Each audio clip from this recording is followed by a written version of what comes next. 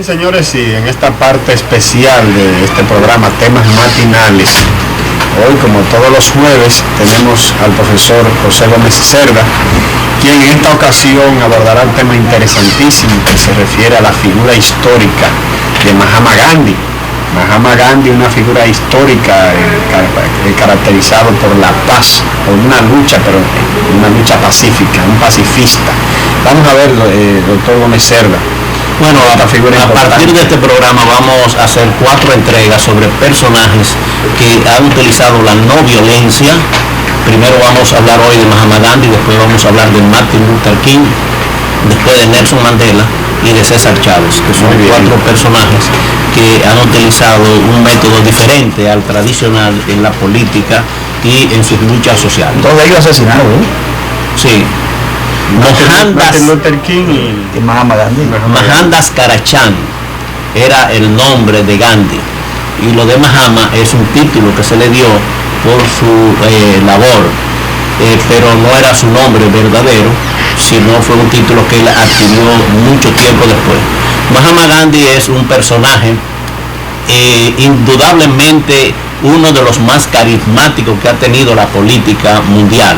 Primero hay que saber que fue durante 25 años el líder de la India, y la India es una quinta parte de la población mundial. Y actuó con un método muy diferente a la mayoría de los políticos, primero utilizando lo que llama la no violencia activa.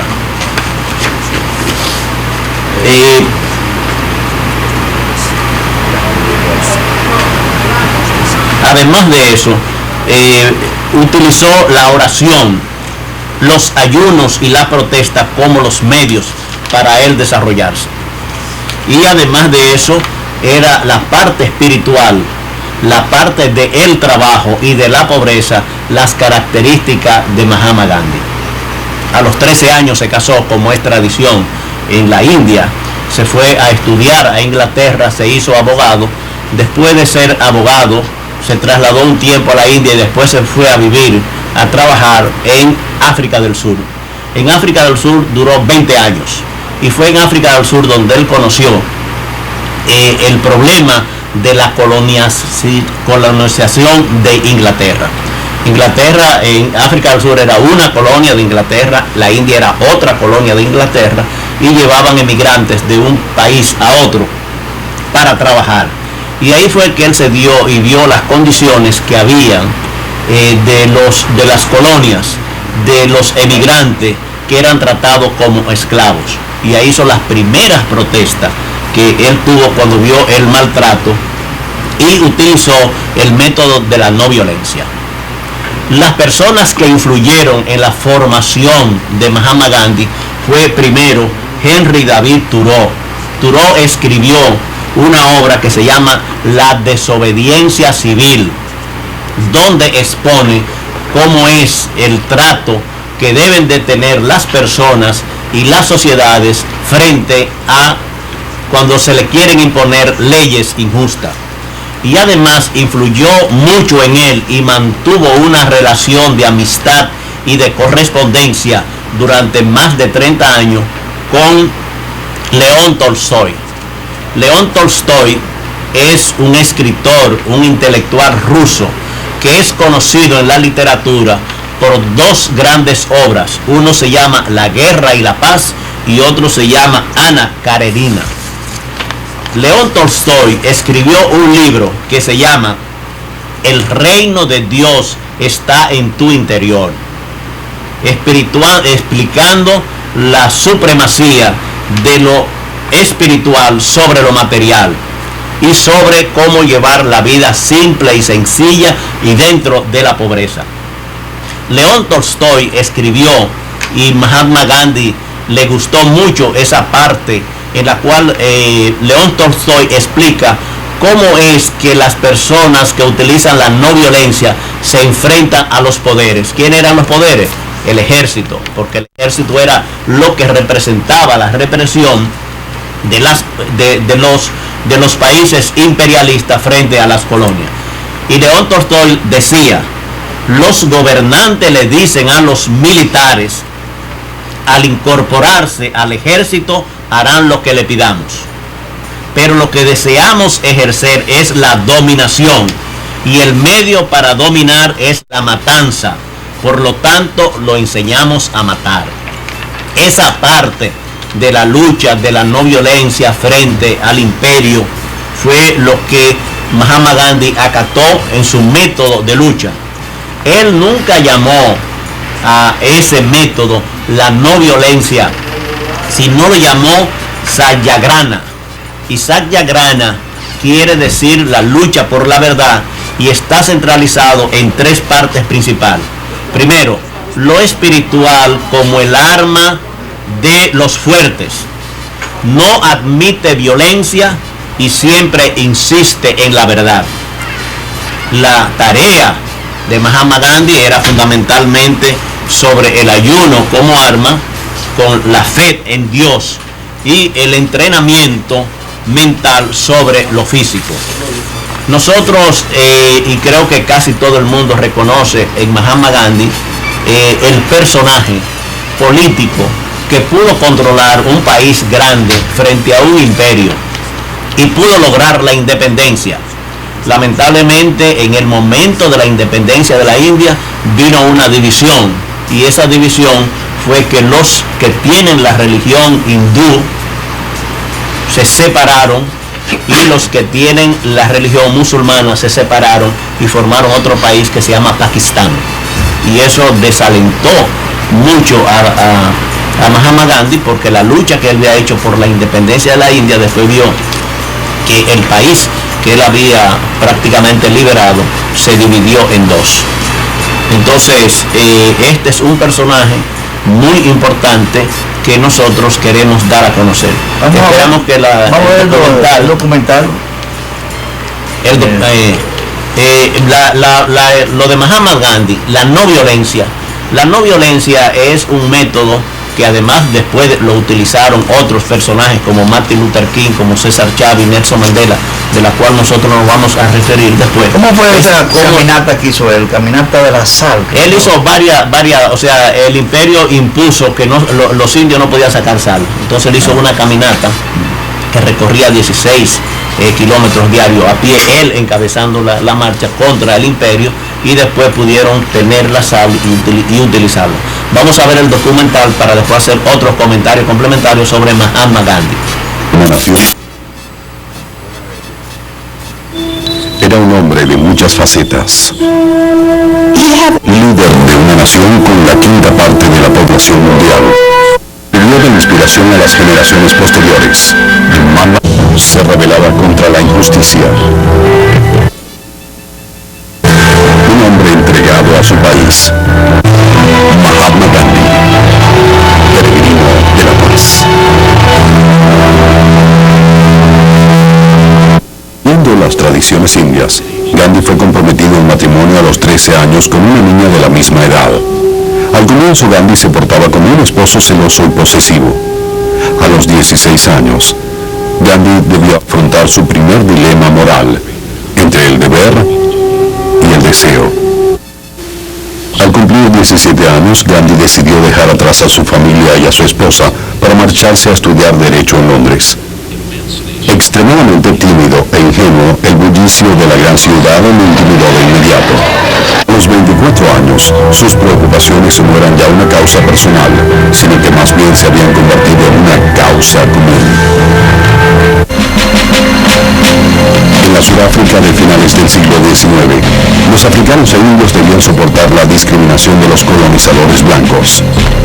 Debían vivir bajo leyes que les negaban el derecho al voto, el poseer propiedades o incluso el caminar por la calle durante la noche.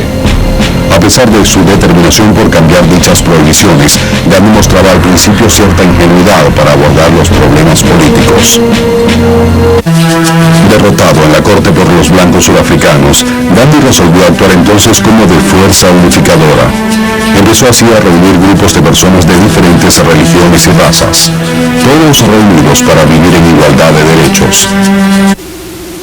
Recordaba cómo los rifles y cañones británicos masacraban a los Zulu, que solo iban armados con sus lanzas. Veía en los ojos de los soldados el placer al asesinar. debió auxiliar los cuerpos destrozados de los heridos, agonizantes y a punto de morir. A los 37 años, decidió hacer voto de castidad, celibato. En 1906, Gandhi continuó el proceso de autotransformación al mostrar un inusitado interés por la política. Según las nuevas leyes, todo indio debía ser registrado a través de sus huellas dactilares. Por otra parte, se establecía además que la policía debía administrar a toda mujer india cierta cantidad de latigazos para que así las marcas en su cuerpo sirvieran como forma de registro. 3.000 indios se reunieron en Johannesburgo para organizar una protesta. Las palabras de Gandhi dieron pie a un acto sin precedentes en la historia. Un acto de desobediencia civil colectiva. Con Gandhi a la cabeza, los participantes de la protesta debieron soportar el maltrato físico de la policía, aceptando el castigo sin oponer resistencia. Gandhi acuñó la expresión Satyagraha, una combinación de dos palabras en sánscrito que significaba verdad, para escribir su concepto revolucionario. El objetivo de la no violencia era tan antiguo como la filosofía. Gandhi deseaba aplicar este concepto en términos prácticos en situaciones políticas concretas. Tradicionalmente, las mujeres indias estaban confinadas al hogar. Gandhi criticaba esas costumbres por considerarlas una forma de opresión, por lo que exhortó a las mujeres a asumir públicamente sus responsabilidades. Sus palabras provocaron la emancipación de millones de mujeres. Además, con las mujeres de su lado, tenía un arma muy poderosa en su arsenal. En 1915, a los 45 años de edad, decidió regresar a una nación estrangulada por la opresión del imperialismo inglés. Durante 2 siglos, los ingleses habían despojado a la India de sus recursos naturales. A comienzos del siglo XX, 300 millones de indios eran gobernados por apenas 100.000 invasores ingleses. Nunca antes en la historia tantas personas habían sido gobernadas por tan pocos. Convencidos de que nunca recobrarían su tierra, los indios colaboraban en su propia esclavitud al proveer soldados y policías para velar por la seguridad de sus amos blancos. Gandhi los inspiró para que resistieran. Decía que aquellos que se comportaban como esclavos solo podían esperar ser tratados como esclavos. Tenían 2 opciones: arrastrarse como gusanos o morir azotados. Los 3 años siguientes, Gandhi logró transformar el nacionalismo indio en un movimiento popular. Aprovechó el descontento que causó la masacre de Amritsar para unir a los hindúes y musulmanes, al campesino y al comerciante. Se ganó el afecto del indio común al comportarse como uno de ellos, vistiendo la misma ropa sencilla, comiendo los mismos alimentos y viviendo en las mismas condiciones que el más pobre de todos los hombres. Gandhi insistía en pasar al menos 1 hora al día en su pequeño telar. Su condición única de líder de todos los indios lo mantuvo como jefe de la India durante 25 años. De 1930 a los 61 años, Gandhi ideó una nueva estrategia para protestar contra un impuesto que muchos consideraron injusto: el impuesto sobre la sal. Era ilegal para los indios vender o fabricar su propia sal. Ese lucrativo negocio solo era permitido a extranjeros. En marzo, Gandhi inició su marcha junto a 80 de sus seguidores en un recorrido que capturaría la atención y la conciencia del mundo entero y que cambiaría el curso de la historia. Gandhi avanzaba 16 kilómetros al día en su marcha por la sal. A lo largo de todo el país, comerciantes, agricultores y amas de casa comenzaron a elaborar y vender sal.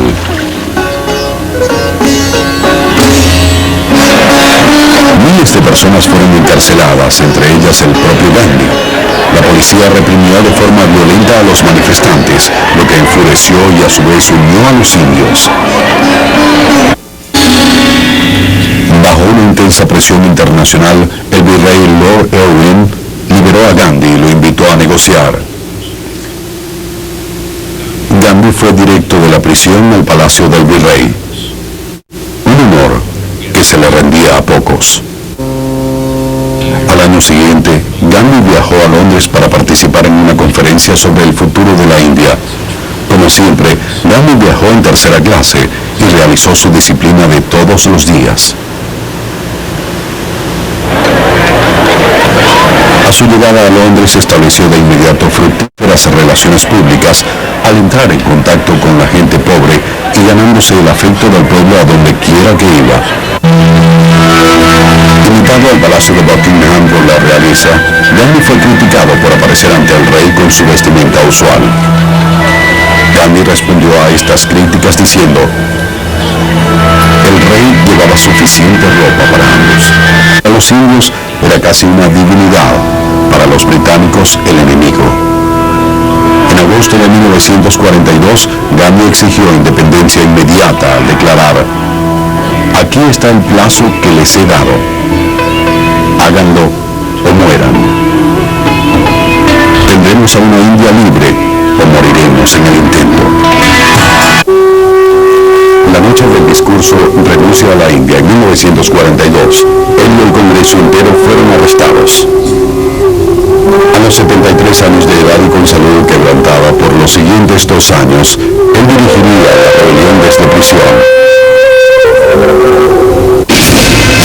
Un año más tarde, una Gran Bretaña exhausta admitió que ya no tenía los recursos para gobernar a la India. Pero el prospecto de independencia trajo de vuelta viejas divisiones al foro. Hindúes y musulmanes rivales se avanzaron hacia el odio abierto. La minoría musulmana insistió en un país separado, lo cual se convirtió en Pakistán. Después de pasar toda una vida unificando gente, Gandhi vio su amado país de nacimiento dividirse en 2. El 14 de agosto de 1947, la India celebra su independencia. Gandhi, que ya había percibido las diferencias que se habían creado entre hindúes y musulmanes, le comentó a un amigo: ¿por qué celebran? Yo solo veo ríos de sangre por venir. El 13 de enero de 1948, Gandhi, de 78 años de edad, se disponía a realizar su oración diaria en los jardines de la Casa Birla en Nueva Delhi. De entre la multitud salió un joven indio que se inclinó ante Gandhi antes de dispararle 3 veces. Antes de morir, Gandhi murmuró: Rama, palabra india que significa Dios. Bueno, hemos visto en este documental más o menos cuál era el perfil de un líder tan carismático, en la cual vivía como vivían la mayoría de las personas, y basado de los pocos líderes en oración, en ayuno, en la no violencia activa, que es una característica que después ha sido imitado por algunos, pero es un personaje indudablemente que tiene un sitio de preferencia en el mundo, y especialmente en las personas que tienen una preferencia de lo espiritual sobre lo material. Bueno, muy interesante, profesor, su entrega de hoy, esta personalidad del mundo, Mahatma Gandhi, que algunos han tratado de imitarlo, pero obviamente se ve que era un hombre muy carismático y de mucho concepto patrio, que sentía realmente la necesidad de liberar a su pueblo. Yo creo que es uno de los grandes símbolos a seguir en la humanidad. Bueno, gracias, profesor. El próximo jueves tendremos entonces para hablar sobre Martin Luther King. Martin Luther King, otro pacifista. Hasta mañana. Estos son José Mies, el profesor José Gómez Cerda y Carlos Marcos estuvieron con ustedes.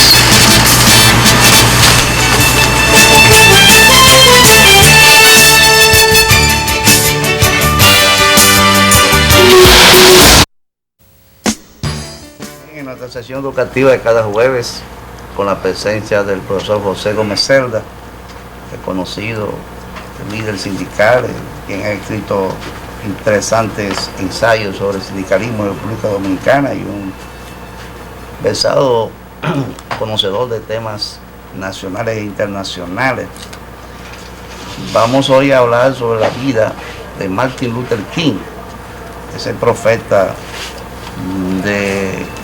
que fue asesinado, luego de liderar todo un movimiento contra el racismo en Estados Unidos y por la libertad de los derechos de la raza negra, y su lucha le costó la vida. Profesor, usted tiene la palabra. Bueno, la proclamación anoche de Barack Obama como candidato presidencial del Partido Demócrata de Estados Unidos, indudablemente es uno de los frutos de la lucha que han tenido muchos líderes, hombres y mujeres de Estados Unidos, por defender los derechos civiles, especialmente de los negros, sobre la segregación, o sea, la separación de blancos y negros en Estados Unidos. Y indudablemente la figura más importante como precursor de esa lucha ha sido Martin Luther King. Martin Luther King fue un defensor de los derechos humanos, especialmente los afro-norteamericanos, una persona que luchó contra el racismo y la xenofobia y frente a la segregación racial y la discriminación. En 1951 se graduó en el Seminario Teológico de Crosser y después hizo un doctorado en Boston. La influencia de Martin Luther King se debe fundamentalmente a Mahatma Gandhi. Martin Luther King desde joven fue un iniciador, un estudioso de las actividades de Martin Luther King, que fue quien inspiró la tarea que él hizo en la filosofía de la protesta con la no violencia activa. Además de eso, él fue pastor de la iglesia baptista en Alabama. Y en ese año, en 1954, cuando él comenzó su actividad pública, fue prohibida la segregación en varios estados del sur. Quiere decir que antes los niños blancos iban a un tipo de escuela, los negros iban a otro, y a partir de 1954 se comenzó una integración racial, especialmente en las escuelas. Martin Luther King viajó a la India para conocer mejor la filosofía, el pensamiento y la acción de Mahatma Gandhi, y se metió toda ese tipo de filosofía para su trabajo. Martin Luther King dijo que Gandhi fue la primera persona que elevó la ética del amor de Jesús y con una poderosa y efectiva fuerza social. En 1955, Rosalind Parr, que era una señora negra de 42 años, se negó a darle su asiento a un blanco en un autobús. Y eso inició una gran actividad de protesta de los negros, especialmente en esa región, en Alabama, y se creó la Asociación para el Desarrollo de Montgomery, y el vocero que eligieron todas esas asociaciones fue a Martin Luther King, y él comenzó a partir de este problema del autobús un boicot para que los negros no pudieran hacer las actividades que querían las autoridades. Esa protesta duró más de un año. Martin Luther King fue arrestado, su casa fue destrozada, lo amenazaron, pero ellos triunfaron en la lucha contra la segregación. Cuando se constituyó la Conferencia de Líderes Cristianos del Sur, el presidente que se eligió fue a Martin Luther King. En 1959, Martin Luther King se trasladó de Alabama a Atlanta, y ahí se convirtió ya en un líder nacional de los derechos civiles. Hay que saber que Martin Luther King tenía confrontaciones internas. Habían otros grupos de negros que luchaban, que protestaban, como era el caso de Malcolm X, de El Poder Negro, y los musulmanes negros. Estos grupos tenían los mismos objetivos, pero a través de la violencia. Y Martin Luther King era a través de la no violencia. En 1960 se hicieron protestas de los estudiantes y Martin Luther King nuevamente fue preso, y esa vez fue libertado por Kennedy. John F. Kennedy, que no era presidente todavía, sino era candidato a la presidencia, y lograron que los negros tuvieran acceso a las bibliotecas, a los comedores y a los estacionamientos, que antes era prohibido para los negros. También algunas escuelas también lo prohibían. A las escuelas, las también, escuelas sí. también. La segregación. La segregación le impedía que un negro estudiara en escuelas de blancos. Decía Martin Luther King que la tensión no era entre gentes negras y blancos, sino que era una tensión entre la justicia y la injusticia. No era un problema, no lo veía racial.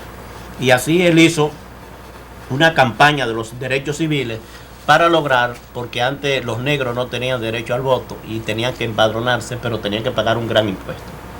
Y ese gran impuesto era muy difícil pagarlo para los negros. Un día como hoy, 28 de agosto, en 1963, en Washington, ante 200,000 personas, Martin Luther King dijo un discurso que ha sido uno de los discursos más conocidos de él, a pesar de que era un gran orador que dijo muchos discursos, pero ese discurso es el más famoso. Yo voy a retransmitir algunos párrafos de ese discurso que dijo Martin Luther King hace hoy 45 años. Y dice: hoy les digo a ustedes, amigos míos, que a pesar de las dificultades del momento, yo aún tengo un sueño. Es un sueño profundamente arraigado en el sueño americano. Sueño que un día esta nación se levantará y vivirá el verdadero significado de su credo. Afirmamos que estas verdades son evidentes, que todos los hombres son creados iguales.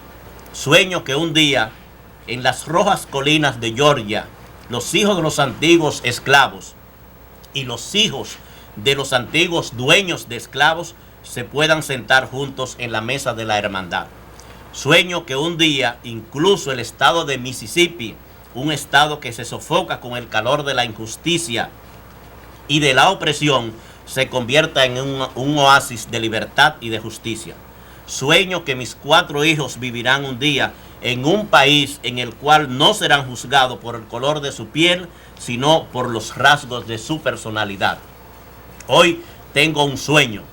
Sueño que un día el estado de Alabama, cuyo gobernador escupe frases de interposición entre las razas y anulación de los negros, se convierta en un sitio donde los niños y niñas negras puedan unir sus manos con los niños y las niñas blancas y caminar unidos como hermanos y hermanas. Hoy tengo un sueño. Sueño que algún día los valles serán cumbres y las colinas y las montañas serán llanos. Los sitios más escarpados serán nivelados y los torcidos serán enderezados. Y la gloria de Dios será revelada y se unirá todo el género humano. Esta es una gran esperanza. Esta es la fe por la cual regreso al sur. Con esta fe podemos esculpir de las montañas de la desesperanza la piedra de la esperanza.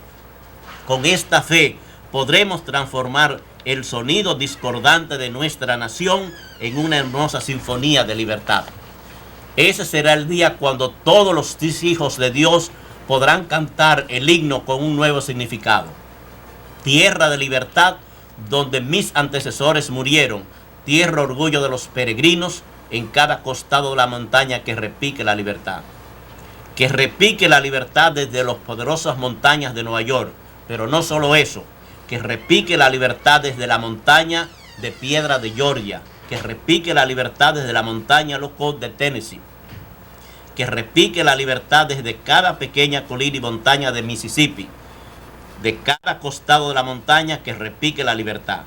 Cuando repique la libertad y la dejemos repicar en cada aldea y en cada caserío, en cada estado y en cada ciudad, podremos acelerar la llegada del día cuando todos los hijos de Dios, negros y blancos, judíos y cristianos, protestantes y católicos, puedan unir sus manos y cantar las palabras del viejo espiritual negro.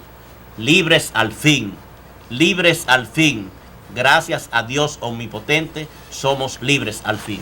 Ese discurso que hoy en una parte del discurso, que hoy conmemoramos 45 años porque fue el 28 de agosto de 1963, ha sido uno de los discursos políticos más importantes. Como resultado de la política de Martin Luther King, podemos destacar que se logró la abolición del impuesto del empadronamiento que tenían que pagar los negros para poder